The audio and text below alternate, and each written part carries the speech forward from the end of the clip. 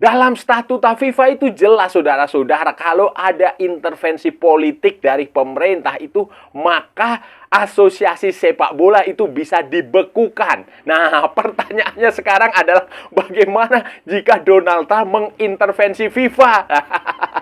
Seharusnya juga fair lah, FIFA dibekukan. FIFA dibekukan karena ini, aduh gila saudara-saudara, gila sekali bagaimana sebuah kartu merah dibatalkan hanya oleh telepon Donald Trump.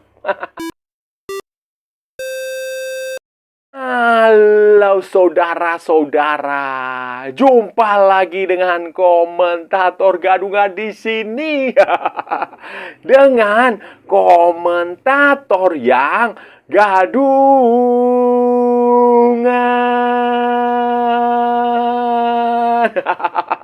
Jadi begini saudara-saudara, jadi begini, Piala Dunia 2026 telah memasuki babak 16 besar dan perempat final sebentar lagi saudara-saudara. Tetapi semakin kesini semakin ngacau saja saudara-saudara FIFA itu saudara-saudara. Semakin amburadul lah itu FIFA. Semakin suka-suka hati mereka saudara-saudara. Bayangin regulasi FIFA, aturan FIFA tentang disiplin, tentang kartu merah, bahwa pemain yang mendapatkan kartu merah di satu pertandingan otomatis akan absen di pertandingan berikutnya. Itu ternyata hanya isapan jempol semata, hanya hitam di atas putih, dan tidak dilaksanakan dengan murni konsekuen karena ternyata saudara-saudara, ternyata ada intervensi politik. Intervensi politik yang mampu menggagalkan itu. Nah, ini nggak usah nggak usah malu-malu lagi lah. Kita bahas soal Folarin Balogun. Nah, pemain Amerika Serikat yang mendapatkan kartu merah di pertandingan melawan Bosnia Herzegovina, tetapi FIFA kemudian membatalkan kartu merah itu. Komisi Disiplin FIFA membatalkan kartu merah itu. Memang komite disiplin dalam aturan FIFA juga, komite disiplin punya hak untuk membatalkan keputusan wasit di lapangan. Nah, kalau dinilai keliru. Dan komite disiplin adalah badan yudisial yang independen dari FIFA. Dan pelanggaran Folarin Balogun kepada Tarik Muhamovic, wah susah namanya, itu juga sebenarnya debatable saudara-saudara. Apakah itu faktor kesengajaan atau karena kedua pemain sama-sama berlari kemudian sama-sama terjatuh dan kakinya Folarin Balogun mengenai kaki engkelnya Tarik Musrafic. Nah, itulah. Nah, itu debatable saudara. Banyak analisis mengatakan bahwa itu tidak layak kartu merah, sama seperti kejadian ketika Lionel Messi tidak sengaja menginjak pemain Aljazair saudara-saudara di pertandingan pertama. Tetapi ada juga yang mengatakan itu kartu merah. Nah, secara sepak bola ini debatable. Tetapi yang menjadi kontroversial, yang menjadi ngaco di sini adalah ketika Donald Trump ikut-ikutan. Kekacauan ini saudara-saudara muncul ketika Donald Trump maupun Gianni Infantino sama-sama akhirnya mengaku. Nah, jadi begini ceritanya, itu bermula dari komisi disiplin yang membatalkan kartu merah Balogun sehingga dia bisa tampil melawan Belgia. Nah, kemudian di situ Donald Trump dalam pernyataannya di Twitter, di X, itu dia mengucapkan terima kasih kepada FIFA soal hukuman yang ditangguhkan. Nah, kemudian di situ muncul pemberitaan dari media-media di Amerika bahwa ternyata sebelum keputusan itu dikeluarkan, Donald Trump telah lebih dulu menghubungi Gianni Infantino, menelpon Gianni Infantino. Gedung Putih lebih dulu menelpon Gianni Infantino untuk mempertanyakan kartu merah Folarin Balogun. Nah, Balogun apa siapa itu saudara-saudara. Nah, inilah yang menjadi pangkal permasalahannya, kemudian berkembang menjadi bola liar, menjadi kritik bermunculan, kredibilitas FIFA dipertanyakan, UEFA mengkritik keras FIFA, Belgia, Asosiasi Sepak Bola Belgia mengkritik keras FIFA.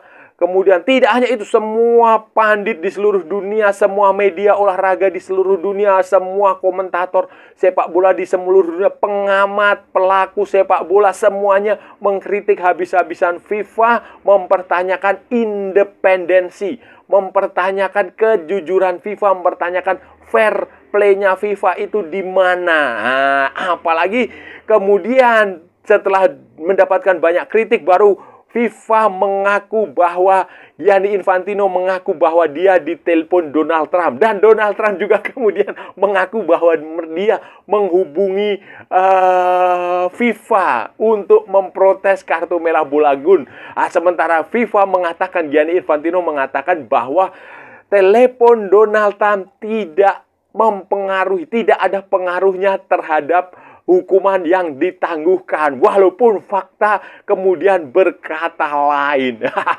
Ini menjadi ramai saudara-saudara, karena ini menunjukkan bahwa ya kita tahulah FIFA selama ini juga tidak netral-netral amat, tidak bersih-bersih amat, tetapi yang paling frugal ya kejadian ini, paling memalukan, paling transparan itu ya ini nih, insiden ini. Bagaimana mungkin sebuah keputusan komisi disiplin, sebuah aturan FIFA bisa dikolongi, bisa diakali oleh telepon sebuah pemimpin negara yang kebetulan sedang menjadi tuan rumah Piala Dunia. Nah, inilah pangkal masalah. Ini menunjukkan bahwa ya kredibilitas FIFA dipertanyakan, independensi. Kalau ini kelakuan seperti ini, ya apa bedanya FIFA dengan Konoha? Apa bedanya FIFA dengan presiden dengan pejabat-pejabat di Konoha yang gampang sekali diintervensi? Saudara-saudara tahu bahwa di statuta FIFA kan jelas tidak boleh ada intervensi politik kepada asosiasi sepak bola.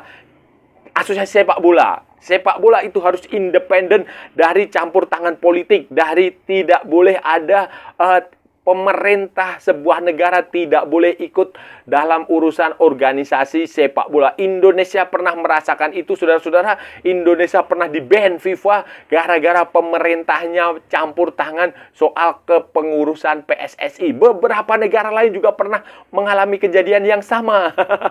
Brunei Darussalam pernah mengalami kejadian itu.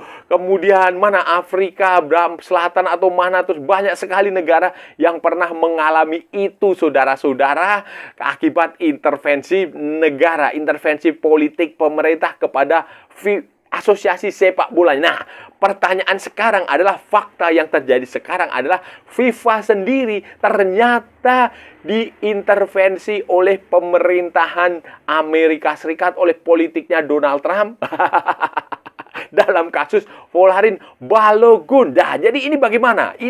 Bukankah kalau negara-negara anggota diintervensi oleh asosiasi sepak bola di negara-negara anggota itu diintervensi oleh pemerintah, maka asosiasi sepak bolanya itu akan dibekukan? Nah, seharusnya standar yang sama, keadilan yang sama juga diterapkan di FIFA. Ketika FIFA diintervensi oleh kepentingan politik sebuah negara, pemimpin negara, atau apapun itulah, whatever itulah, maka ya mau tidak mau FIFA juga harus dibekukan. Itu paling adil.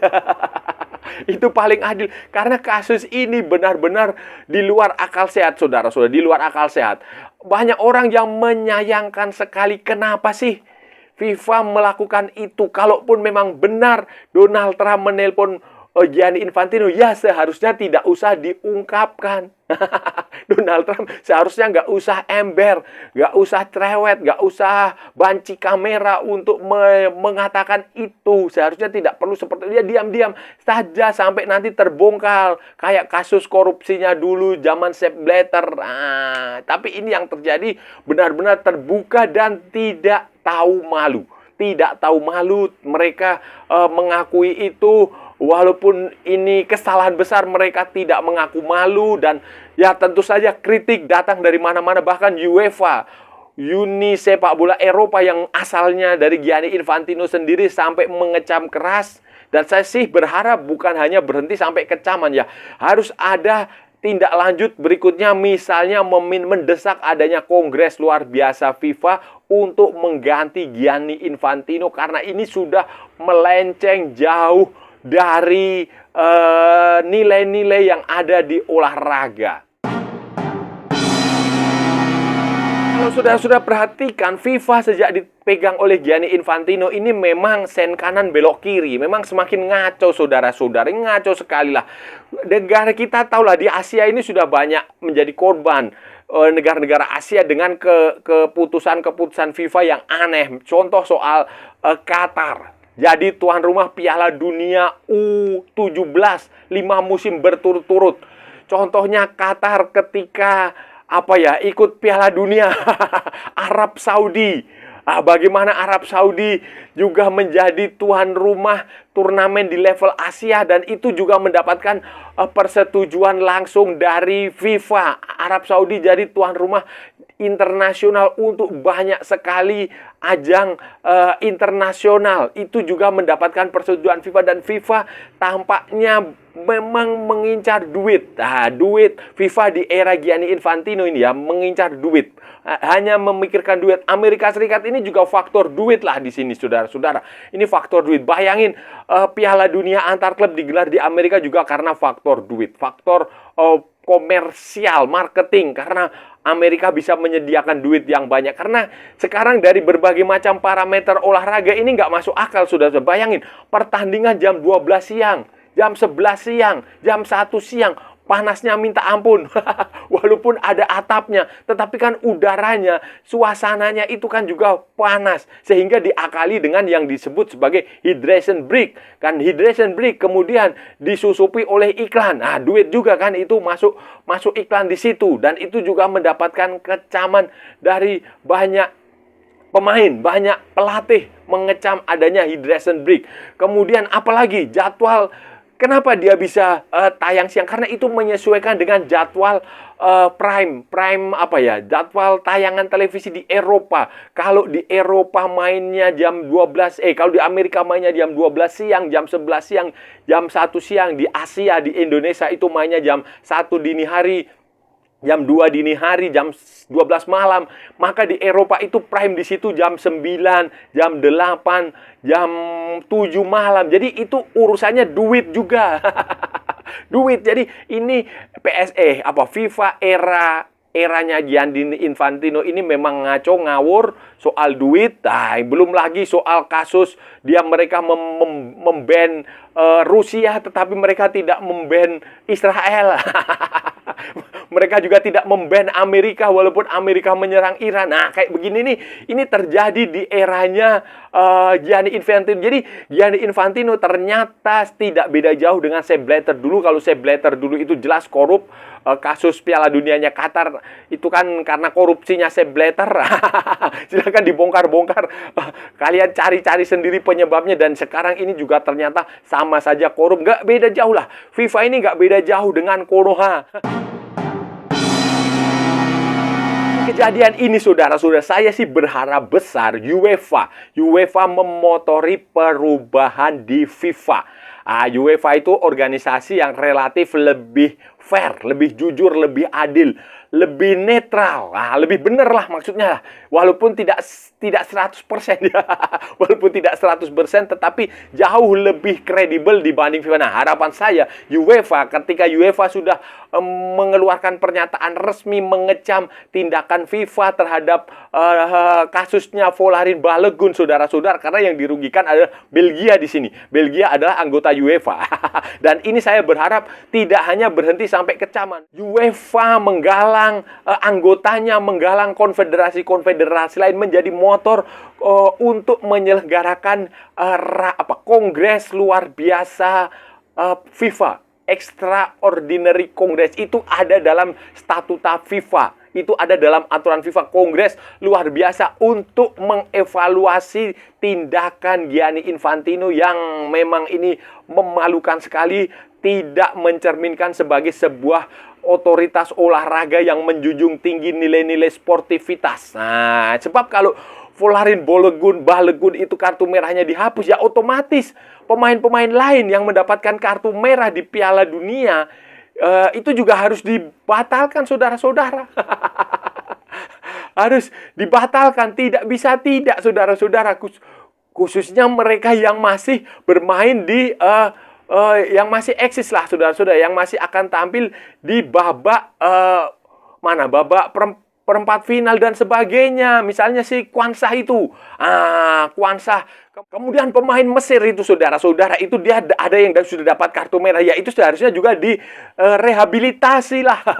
Walaupun dia sudah absen waktu di babak 32 besar ya, karena kartu merahnya di fase grup. Tetapi ya kemudian dia absen di babak 32 besar, ya harusnya dibatalkan juga, dikasih rehabilitasi, dikasih kompensasi supaya benar-benar fair.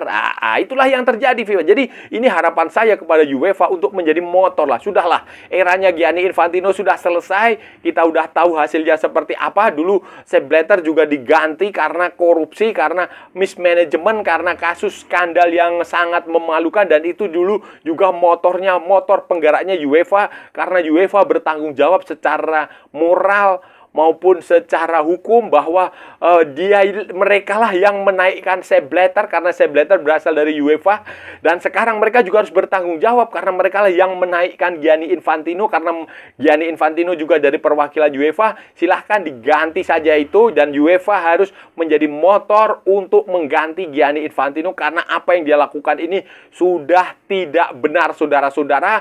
Dengan FIFA bisa diintervensi oleh Donald Trump, ya sudah, ini tidak ada sportivitas di situ, dan ya tidak ada solusi lain selain mengganti Gianni Infantino. Saudara-saudara, itu tadi pembahasan kita hari ini, saudara-saudara. Kita sudah bicara panjang lebar dari A sampai Z, dari barat sampai ke timur, dari utara sampai ke selatan, dari Sabang sampai Merauke, dari Plorote sampai Plombiangas, dari New York sampai San Francisco, dari London sampai Istanbul, dari mana? Zimbabwe sampai Vanuatu, dari kota Kinabalu sampai Santa Penang. Semua sudah kita ulas, semua sudah kita cakap, semua sudah kita bacotin, semua sudah kita gibahin, semua sudah kita cangkeman, saudara-saudara, secara bebas. Yang penting sopan.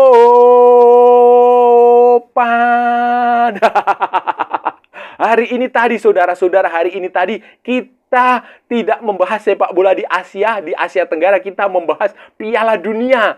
Kita membahas kontroversi yang terjadi di Piala Dunia tersoal kasus kartu merah Folarin Balogun. Folarin Balogun adalah pemain Amerika Serikat yang mendapatkan kartu merah di pertandingan 32 besar melawan Bosnia Herzegovina.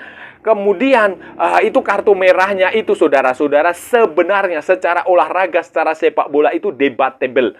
Masih ada yang bilang itu nggak kartu merah karena itu sama-sama terjatuh, salah tumpuan, dan kakinya kena pemain Bosnia itu, Tarik Muslemovic. Itu kemudian banyak yang menganggap itu tidak kartu merah, tetapi yang menjadi masalah bukan situ. Yang menjadi masalah kemudian adalah FIFA membatalkan kartu merah itu berarti melanggar regulasi FIFA sendiri, bahwa pemain yang mendapatkan kartu merah otomatis akan absen satu pertandingan. Itu regulasi FIFA dibatalkan. Dan yang lebih nyesek lagi, saudara-saudara, yang bikin banyak orang marah, banyak orang melontarkan kritik adalah pembatalan itu, penghapusan hukuman itu, penangguhan hukuman itu terjadi setelah Presiden FIFA Gianni Infantino dihubungi oleh Donald Trump, ditelepon oleh Gedung Putih. Ini memunculkan kesan bahwa FIFA diintervensi oleh kepentingan politik, oleh otoritas politik negara. Dan ini bertentangan dengan